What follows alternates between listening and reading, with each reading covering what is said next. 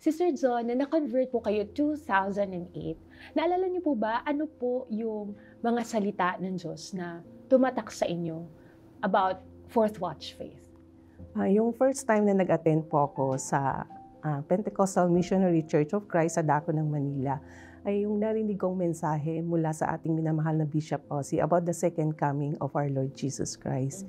During the worship ay na-revive yung aking faith. That same day ay nagpabaptize ako. Ano po yung mga naging changes sa inyo po? Nagte-testify na pala ako right after my baptism. Kasi yung time na yon, pumunta ako sa store, kaagad nag-testify ako sa mga sales girl ko.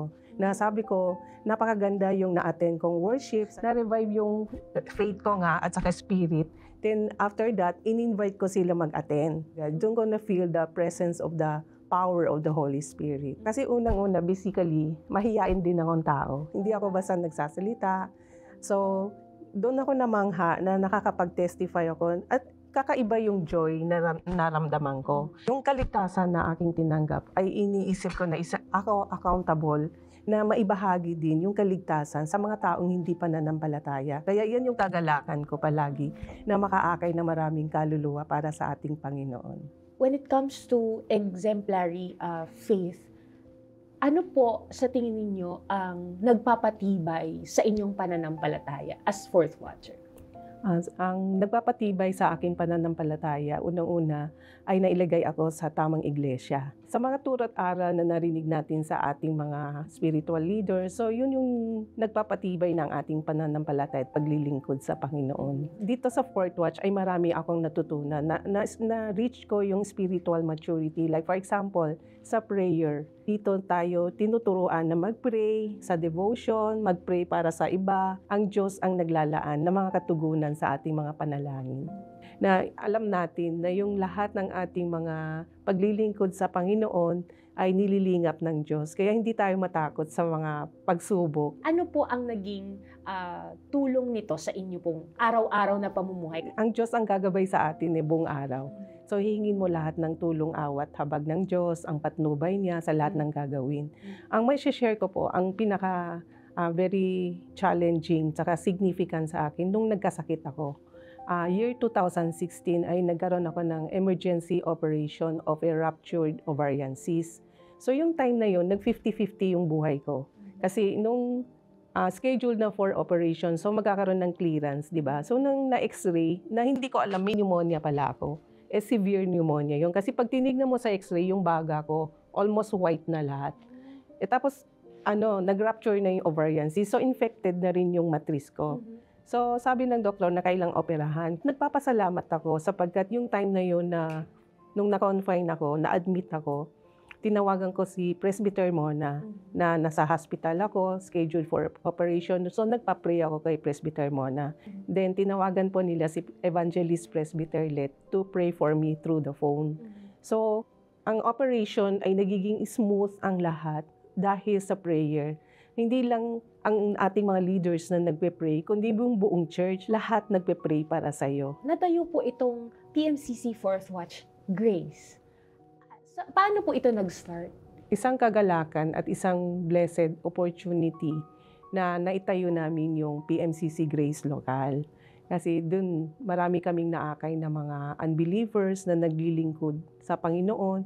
Kung dati, lang sila ay worshiper. Nag-start kasi kami nagkaroon ako ng kawan.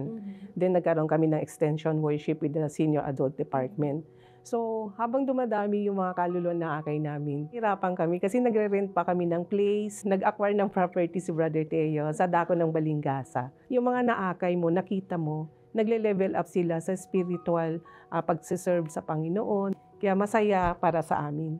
Then at the same time, nagpapasalamat din ako sa Panginoon na sa Fourth Watch, dito ako natutong magkaloob. Kaya tuwing may mga gugulin sa ministry ng church, ay nandun yung damdamin namin na makatulong kami. Parang more of God, less of me. Pero for sure, hindi kayo tinitipid ng Panginoon. Hindi po. Kasi po, nararanasan ninyo. Kung sabi niyo po, more of Him, less of you. Pero pinaprioritize din ng Panginoon yung mga puso na nagtatapat para sa Kanya.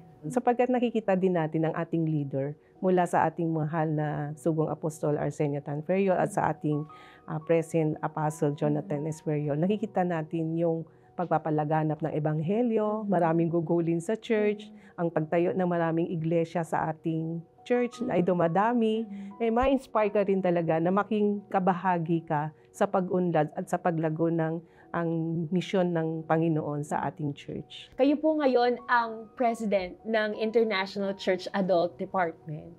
Nung nagkaroon po kayo ng opportunity na maging officer para sa adult, ano po ang unang naging reaction nyo, Sister Zona?